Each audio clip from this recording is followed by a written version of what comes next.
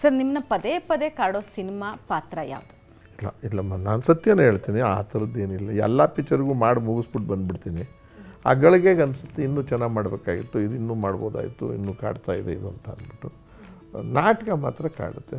ಅದು ಮುಖ್ಯಮಂತ್ರಿ ನಾಟಕ ನೋಡ್ತಾ ಇದ್ರೇ ಯಾವುದೋ ಒಂದು ಅಲ್ಲಿ ಮನೇಲೇ ನಡೀತಾ ಇದೆಯೇನೋ ಅನ್ನೋ ಥರ ಇರುತ್ತೆ. ಮೈ ಮೇಲೆ ಪೂರ್ತಿ ಆವರಿಸ್ಕೊಂಡಿರ್ತೀನಿ.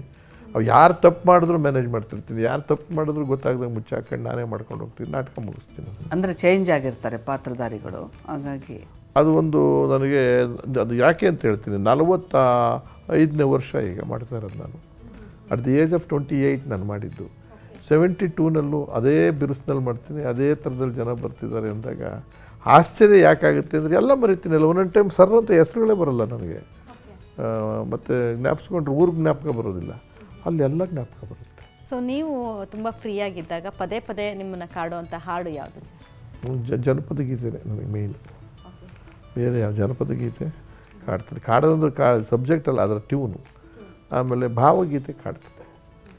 ಸಾಹಿತಿಗಳು ಬರೆದಿರ್ತಕ್ಕಂಥ ಗೀತೆ ಇದೆಯಲ್ಲ, ಆ ಥರದವು ಟಚ್ಚಿ ಹ್ಯೂಮನ್ ವ್ಯಾಲ್ಯೂಸ್ ಇರುವಂಥವು ಕಾಡುತ್ತೆ.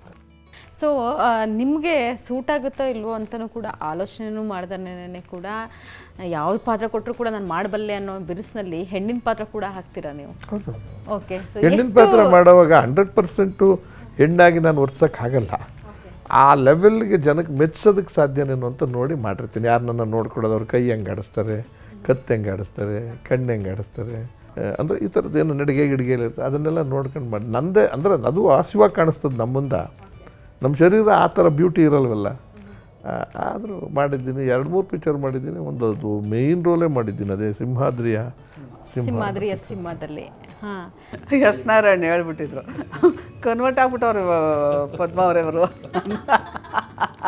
ಸೊ ಮೇಡಮ್ ಏನಾದ್ರು ಬೇಜಾರಲ್ಲಿದ್ದಾಗ, ಮುನ್ಸ್ಕೊಂಡಾಗ ಅವ್ರನ್ನ ರಂಸೋದಕ್ಕೆ ನೀವು ಹಾಡೋ ಹಾಡು ಯಾವುದು? ಹೆಂಡತಿಯೊಬ್ಬಳು ಮನೆಯೊಳಗಿದ್ದರೆ ನನಗದು ಕೋಟಿ ರೂಪಾಯಿ, ಹೆಂಡತಿಯೊಬ್ಬಳು ಜೊತೆಯಲ್ಲಿದ್ದರೆ ನಾನು ಒಬ್ಬ ಸಿಪಾಯಿ.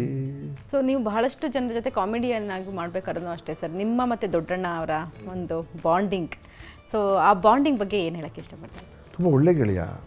ಆಮೇಲೆ ನಾನೇ ಎಂಡಾರ್ಸ್ ಮಾಡ್ತೀನಿ, ನನಗಿಂತ ಒಳ್ಳೆ ನಟ ಅವನು. ಅಷ್ಟು ತೂಕ ಇಟ್ಕೊಂಡು ಅಷ್ಟು ದಪ್ಪ ಇದ್ದರೂ ಕೂಡ ಸ್ಟೇಜಿಗೆ ಬಂದ ಅಂದರೆ ದೆವ್ವ ಮೈ ಮೇಲೆ ದೆವ್ವ ಬಂದಂಗೆ ಆ ಪಾತ್ರದೊಳಗೆ ಹೋಗ್ಬಿಡ್ತಾನೆ. ಆಮೇಲೆ ನ್ಯಾಚುರಲಾಗಿ ಮಾಡ್ತಾನೆ. ಅವ್ನ ನಗು ಆಗಲಿ, ಅವನ ಎಕ್ಸ್ಪ್ರೆಷನ್ಸ್ ಆಗಲಿ, ಅವನ ಕಣ್ಣಾಗಲಿ, ಅವನ ಬಾಡಿ ಡ್ಯಾನ್ಸು. ನಾನು ಹೇತ್ಲಾಡಿ ಡ್ಯಾನ್ಸೇ ಸರಿಯಾಗಿ ಮಾಡಲ್ಲ, ಅವನು ಪಾಪ ಅದೂ ಒಂದಿಷ್ಟು ಮೂಮೆಂಟ್ಸ್ ಆಗ್ತಾನೆ. ಮಹಾನ್ ನಟ. ಅವನ ಜೊತೆ ನಾವು ಮಾಡೋವಾಗ ನಾವು ಒಳ್ಳೆ ನಟರಾಗ್ಬಿಡ್ತೀವಿ ಅಂಥ ನಟ, ಗೆಳೆಯನಾಗೋ ನಟ, ಎಲ್ಲ ನಟ. ಇನ್ನು ಸ್ವಲ್ಪ ಡಿಸಿಪ್ಲಿನ್ ಆಗಿದ್ದರೆ, ಮನುಷ್ಯ ಆರ್ಡ್ರ್ ಮಾಡ್ಕೊಂಡಿದ್ದಿದ್ರೆ ಇನ್ನೂ ಒಂದು 100 ಪಿಕ್ಚರ್ ಮಾಡ್ಬೋದು.